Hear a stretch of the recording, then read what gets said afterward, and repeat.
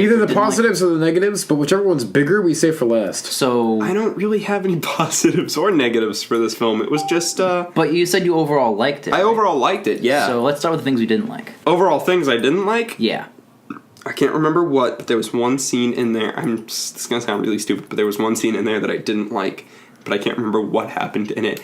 It involved Charlie Day's character and the amputee chick from Kingsman. She's great. Charlie Day was pretty good, too. I don't understand the ending, where it was like we see Dave Bautista turn the lights back on, and then there's like a mid-credit scene where we see that somebody's still alive. It's probably Sophia Boutella. Yeah, which is overall a good thing then, because that means all the heroes survived, so I don't know why they like made that like oh, is she alive, isn't she? Like, show that she's alive like you did with Dave Bautista. Well, he's the best guy. You had to make him alive. Definitely. He didn't impress me. He was good in the role, though. He was good in the role. Dave Bautista, I would actually put in positives. I think he did really well in this movie. I wouldn't put him in negatives, but I wouldn't put him in positives either. I wish they had developed more that third dude who showed up to the hideout without a reservation. But did more with him, because he was just... Oh, yeah. He kind of just showed up. Yeah, he just disappeared. And it was weird, because, like, you think it ends when they, like, bring him outside, and then they show him outside, attack Dave Bautista, and that's the end of it. And it's like, oh. Yeah, I thought he would, like, team up with the villains or something, or try to break in there. Yeah, I thought he was going to cause the problem, The fact that they revisit him makes you think, oh, he'll be important. Yeah. It's like Chekhov's gun, except Chekhov's gun didn't get used. It was on the wall. You establish the idea, you reinforce the idea, you execute the idea. But they didn't do the third part. Nope. I like the setup of the movie is that you can't break the rules, except that something traumatic that happened to the owner is directly related to someone dying outside. You know what I mean? Like blood is thicker than water, all that stuff. So that is really interesting. That actually has to hide that from Jeff Goldblum, who is great, by the way. I thought that was really interesting. I don't think he's in the movie enough. He's barely in it. A lot of people are barely in this movie. Charlie Day had like 2 scenes. 3 scenes. Yeah. Also, Charlie Day, I would put him in negatives. I didn't really like his character very much. I thought some of the stuff he said was kind of funny. Yeah. No, I'm with you. I don't. I like certain details. Like his character could have not been in the movie at all. It felt like they got Charlie Day, so they were like, "Oh fuck, let's write him apart." Ace of Spades. They could have explained that a little bit more. Like, he gets the card and he looks at it and he's like, oh, I get what this is. And I was like, cool, we don't. And then he 3D prints a gun and we were like, oh. Oh, no, it was a credit card, kind of. No, because it had blueprints for a gun. Yeah, it was basically an insert and, like, you would print. Oh, yeah, all right. That's why he had one, too, because he was an arms dealer. And he didn't want to not have a gun inside the hotel. Because he's not trusting of the other residents for good reasons, because they ended up because one of them's literally a contract killer. Yeah.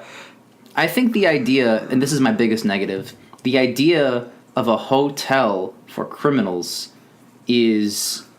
Going into this movie, I thought, okay, the big plot hole here is how the fuck do they keep it secret? This can't just be like, just don't tell anybody, because that would be stupid. And then outside, when Dave Bautista throws our favorite character down, he's like, dude, I reverse healing all that shit, but also... if you tell anyone, I'll kill you. That's it? Are you fucking kidding? Like, you guys never leave the hotel. Like, I think it's... And also, if you tell someone, witness protection, you're fine. You outed 20 criminals. You're safe. Well, Batista's not going to get you. Let me put it this way. Jeff Goldblum puts in several times that he does own the police. Jeff Goldblum's character puts in several times that he owns the police. So it's not that people don't know this place exists. It's just you need to be a member. You need to buy a membership. So it's not about knowing whether this place is real. It's about having access. Well, he doesn't own all of them because one of the police doesn't even know anything about Jeff Goldblum, or at least being owned by him, since she was accepted into the hotel. But she wasn't a police. She was whatever the fuck is said on her shirt. And it's probably when he says he owns the police. I doubt he pays off every cop, just the higher ups, exactly. The ones that would approve this mission, the ones that would go on this mission, paid to look the other way. So it's not about like, do they know this place is real or not?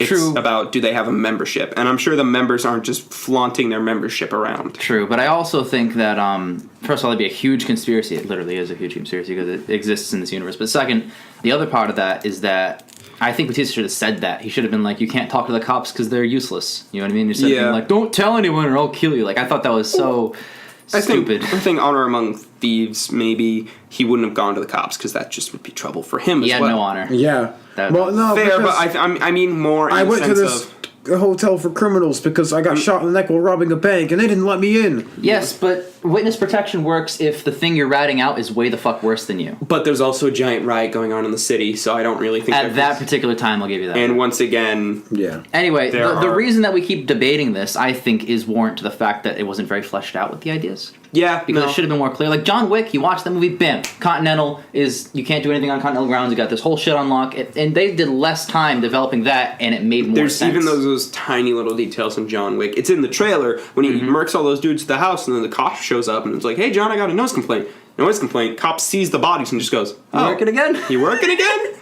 And he goes, "I'm sorting some stuff out," and that's the end of it. Those tiny little moments just kind of. Those are so subtle, though. Like, you get that, and you just immediately infer there's way more to this universe. And actually, in part 2, you see more of that universe. But even still, in part 2, There's also moments like that in Hotel Artemis, and just not as strong. Where it's like, oh, you have a lot of memberships, and Cripple from Kingsman's got like 8 scars on her hand, and it's like, oh. This isn't the only place that's set up, but they don't go. But they don't go into detail. Are those also owned by the Wolf King? No, only the city. Yeah, see, that's what I mean. Though, it's like Well, they say he owns Wolf King of LA. L.A. Yeah. true. Yeah. But like my point is, he could franchise these out He probably has. because he makes it sound like when he's like, oh, 22 years ago when we founded this place, it makes it sound like it was an original idea. So maybe there's like spin-offs. Well, that's probably what they were going for, but then they're not making enough money to do so. Yeah, I'm sure they wanted a sequel. Not even just the post-credit scene, but like the way they set everything up. Although I hate to keep bashing on it. This is just like a little complaint I have. If I talk about a positive, I thought Jodie Foster's character was a beautiful portrayal of anxiety. Yes. Like one of the most accurate to. Yeah. I know many people with anxiety, and it's dead on. Yeah. To that, like that's spitting image. So I Yep. thought that honestly brought the movie up to a 7 versus like a 6. I was going for. Yeah, thought that was no, really I think good. so too. Just her The entire lead was character. good. The backstory with the trauma is a bit cliche, but when it works with was the a bit- character, I thought it was just beautiful. Here's my question though.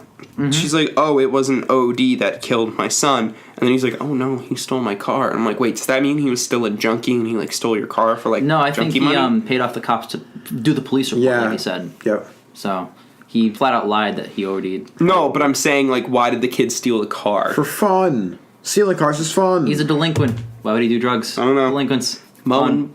I thought Mo was gonna go more places. Mo, yeah. Underused. Underused. I'd say that's an accurate word to describe a lot of this movie. A lot of the characters and situations were underused. Yeah. Really. No, I think that's a good way to put it, and it's not in a bad way underused. Like I think we all still enjoyed the film. It's it was just like, in a disappointing way where you And the wanted to see more. characters that do have a lot to do in arcs and stories and stuff, which is like Batista and Jodie Foster, and even the main black guy, I forget his name.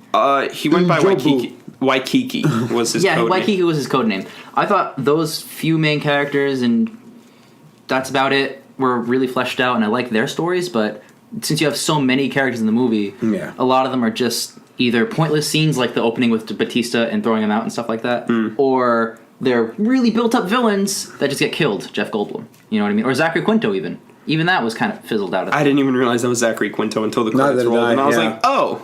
I was guessing. I'm shocked. I mean, it looked kind of like his face. I could. Yeah, that's another thing. That was the scene I disliked. What was was when Daddy got pulled in, and then the son was like trying to be all apologetic, and then Jeff Goldblum was Jeff Goldblum. I didn't like that scene. And then he gives him like the ring and Oh, stuff. I actually kind of like that. I like the fuck you advice that he said to him. That's why you're soft, yeah. But I saw it coming a mile away, and that's why I yeah. didn't like it. Yeah, I And I was like, figured oh, just- trope subversion, and they're gonna do like this really sentimental moment that really comes out of nowhere. It's like, oh, if you don't come back, he got shot in the hip. Yeah, it was one up here too. He had his ear cut. It wasn't a bullet wound, but like he got shot in the hip and had an ear cut, and like that scene's only in there because it's like, oh well, we know the wolf. We as the audience know the Wolf King's gonna die or could die, but like I don't know. From the son's perspective, it's like, oh, he got shot in the hip and his ear's a little cut up. He'll be fine. Like they're in their regrowing livers. Like But we didn't even talk about what we liked. I think we just talked about what we liked and didn't like. I haven't said a thing all right, fucking you know, show. Go ahead. It's a good movie. Wow, Sorry. suck a dick. I actually liked a lot of the concepts in this movie, and that being said, liking the concepts isn't really always the best thing, because that means you wanted to do more with the concepts, and I feel like they could have done more with the concepts, you know? I think our summary is good concept, okay execution. Yeah. It's better It wasn't execution. bad execution. It's better execution than a lot of movies with good concepts have. While Like watching it. Dark Tower with Oh, yeah. Idris Elba and shit McConaughey. I thought that movie had a really good concept, but they didn't execute it properly. It was really rushed, and then also really slow at some parts for some reason. It was rushed and slow at the same time, which is annoying. It was just exceedingly average of a film. You know what I mean? No, I feel that completely. Making an exceedingly average film doesn't do me anything. I think I was talking to you guys right after that theater. I was like, I kept trying to keep comparing it to John Wick 2, John Wick 1 and 2, really, because of the content of the hotel and all the similarities. But like, I had to stop myself and be like, this is not that. This is not John Wick 3. Yeah, it's its own thing. It's I don't think it's fair to compare Hotel Artemis to John Wick. John Wick is just such it's not fair to compare good movies to John Wick. Yeah, John Wick's brilliant. You know, really fun and both good. of those. You working again? Working again?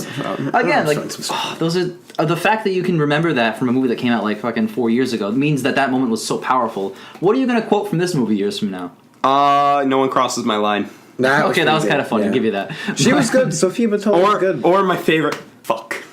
He said fuck like 5 times. Every character went fuck. Oh, fuck. That was actually really good to me. I liked that. Yeah, it's like didn't see that coming, but good. Yeah, in Age of Ultron. Yeah, it was like a recurring thing. I thought it was kind of funny.